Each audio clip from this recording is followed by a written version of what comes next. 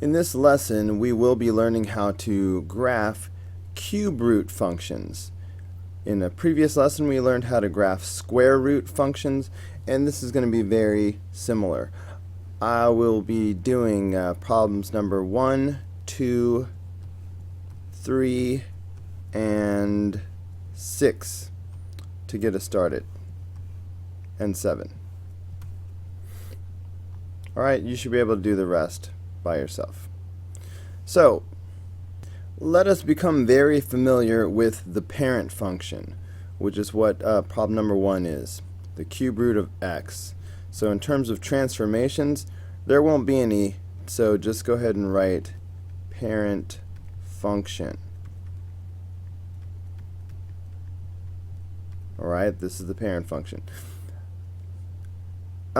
We will use the same 5 values over and over again, and these are some convenient values of which we can take the cube root.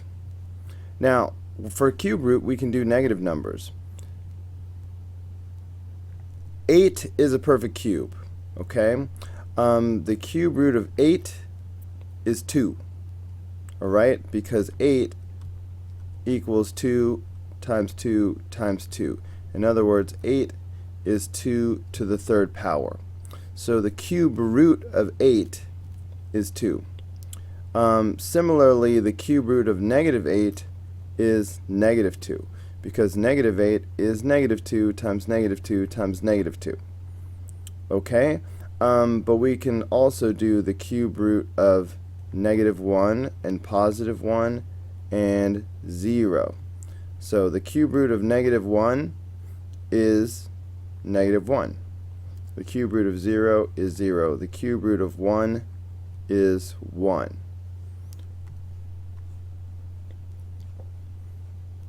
Okay, so we can graph these 5 values, and that will give us a pretty good idea of what the parent function cube root of x looks like. So negative 8, negative 2. Alright, make your guide points nice and clear. Negative 1, negative 1, 0, 0, 1, 1, and 8, 2. Alright, so this is sort of a wave that's happening. So go ahead and graph this. So your parent function should look very much like this. Alright, this is important because all of the other transformations of this will be based off of this. As far as the domain and range, remember the domain is the x value. So the x values go to the left forever and to the right forever. So the domain is going to be negative infinity to positive infinity. And that's really going to be true for all of the transformations. So, and it's the same thing for the range. The range is the y values, and the y values go down forever and up forever. So the range will also be negative infinity to positive infinity. Alright, so domain and range will be very easy for cube root functions.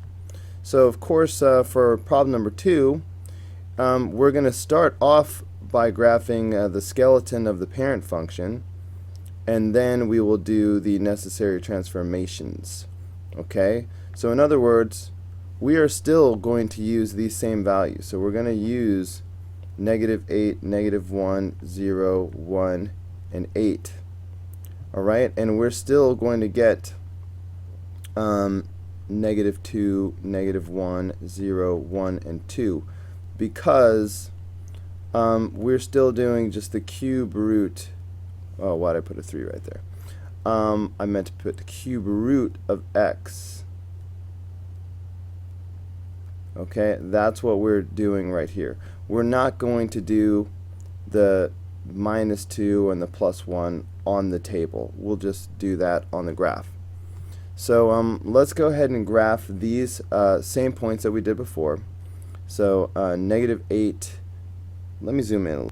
Negative 8, negative 2, as we did before, negative 1, negative 1, 0, 0, 1, 1, and 8, 2. Okay, this is the skeleton of the parent function that we will use over and over again. do not connect these dots. So now we will do the transformations. So we have two transformations because of this and this. Because of the -2, it is a translation to the right 2. Okay, so this is going to be right 2. And because of the +1 here on the end, that's going to be a translation up 1. So right 2, up 1. So just take each one of these points and translate them right 2, up 1. So if I go right 2, up 1, I'm here. Now make nice clear guide points. Okay, so right 2, up 1,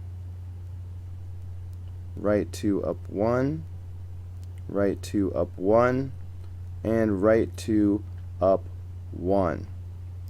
So now we will draw the function through these 5 guide points. So problem number 2 should look like this. Notice that the domain and range are still the same. The domain and range will still be -infinity to +infinity.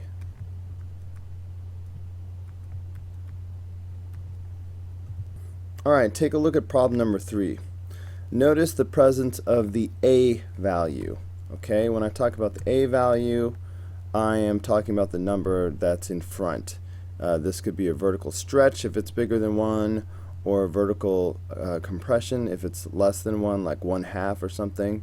And of course, if this is a negative number, it's going to be reflected over the x-axis. It'll be upside down. Alright, so anytime you have an a value, I want you to add a third column onto this table. Alright, so this has an a value, so we're going to put a third column on here as best we can. That's a little messy, but whatever, it's good enough. Okay, so because in the first column we will have our x values. In our second column we have the parent function, cube root of x. But in the third column, that's where we will apply the a value. So this is where we will go ahead and multiply by 2. Okay, that's what goes in the third column. So as far as the first two, it's the same thing we did before. We will continue to use -8, -1, 0. Why is this so dicey? 0. It's messing me up.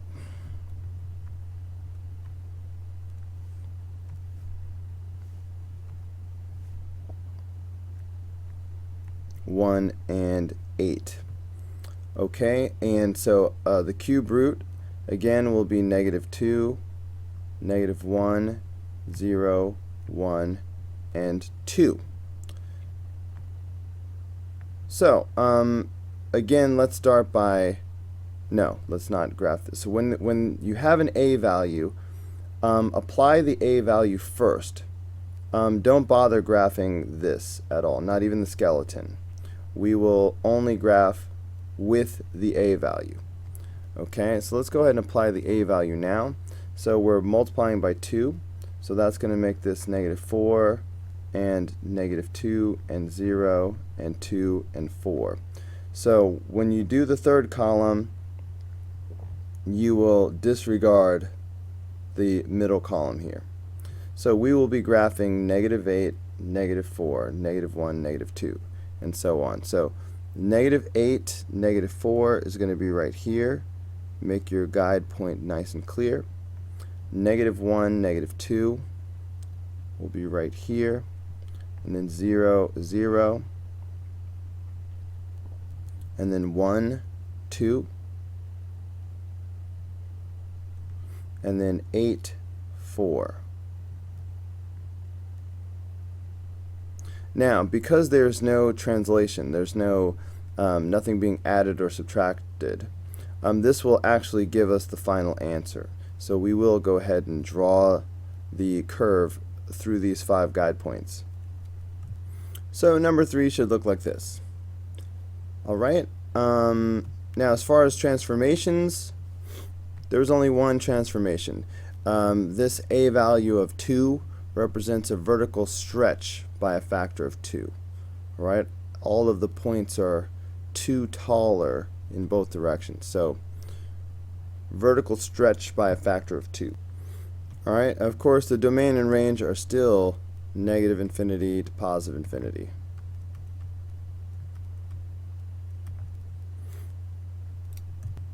Okay, take a look at number 6. This has an a value. Okay, I want you to see this as an a value of -1. So anytime you have an a value, you're going to make a third column. Alright, might as well make it now. So we're going to put a third column on this thing anytime you have an a value, and that includes -1.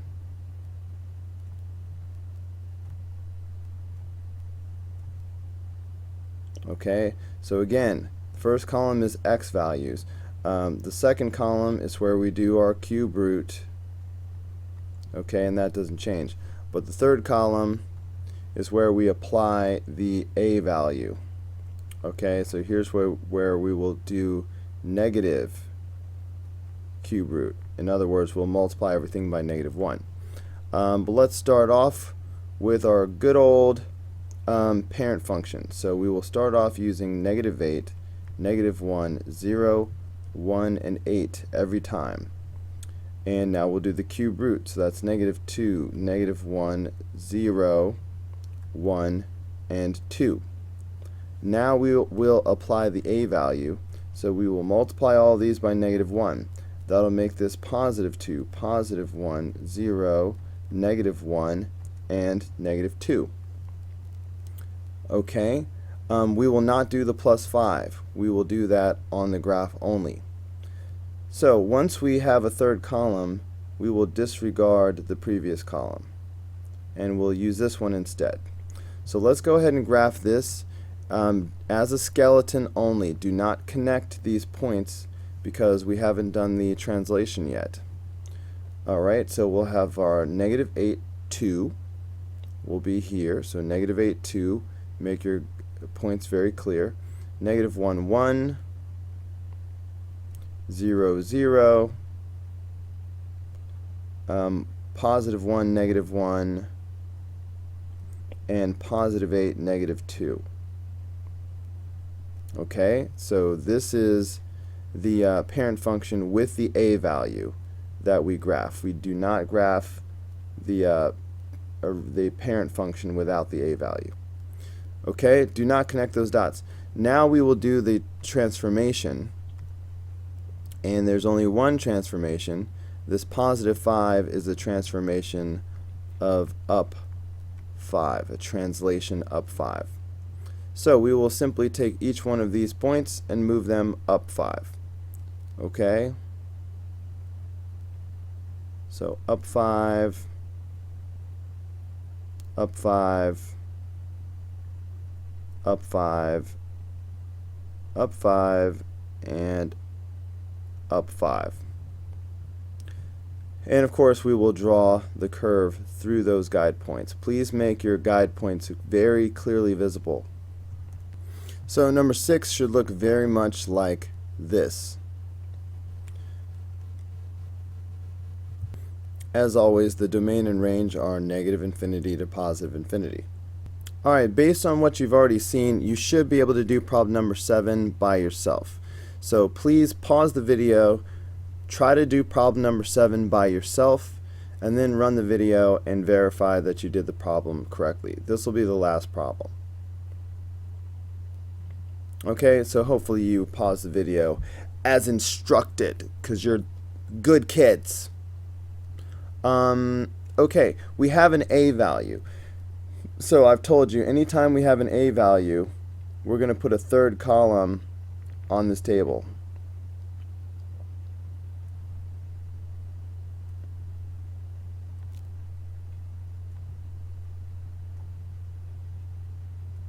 Okay, so yes, the first column, that's our x values. The second column, that's our parent function. And this is how we do it for all functions, by the way. Alright, and for all functions, when you have an a value, you do your x values, your parent function, and then in the third column you can apply the a value. So in this case it'll be 2 times the cube root of x. What we don't do is the translation. Alright, we will do that on the graph only. So the parent function doesn't change. We will keep using the x values -8, -1, 0, 1, and 8 because those are easy to take the cube root of. We will get -2, -1, 0, 1, and 2. Now we apply the a value, alright, which means just in this case multiply everything by 2. So I'm talking about the previous column. So multiplying by 2, I will get -4, -2, 0, 2, and 4. Once you have this third column with the a value applied, you disregard the previous column, the parent function, and we will use this instead. So we're going to graph this, okay, these x's and these new y values. We'll graph this, but as a skeleton only, just the guide points. This is not the final answer because we haven't done the translation yet, the shifting. Okay, do not connect the dots. So I have -8, -4 will be right here. Alright, -1, -2, 0, 0, 1, 2,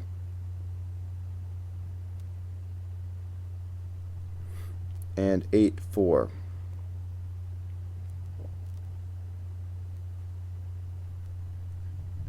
Alright, there is the parent function with the vertical stretch applied.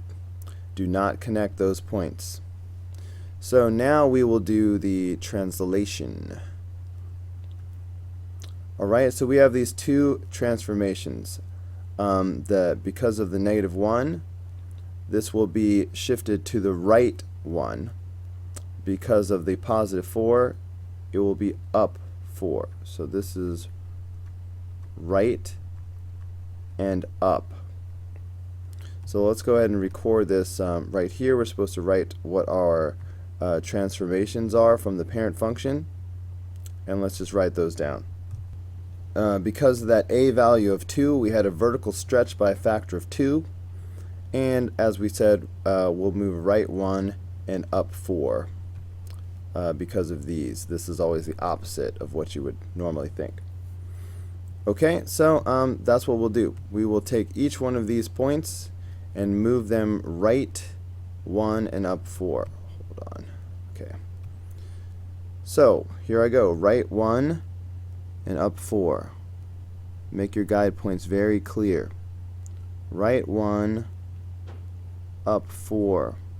Right 1, up 4. Right 1, up 4. And right 1, up 4. So these will be the guide points for our final answer. And we'll just sketch the curve through that.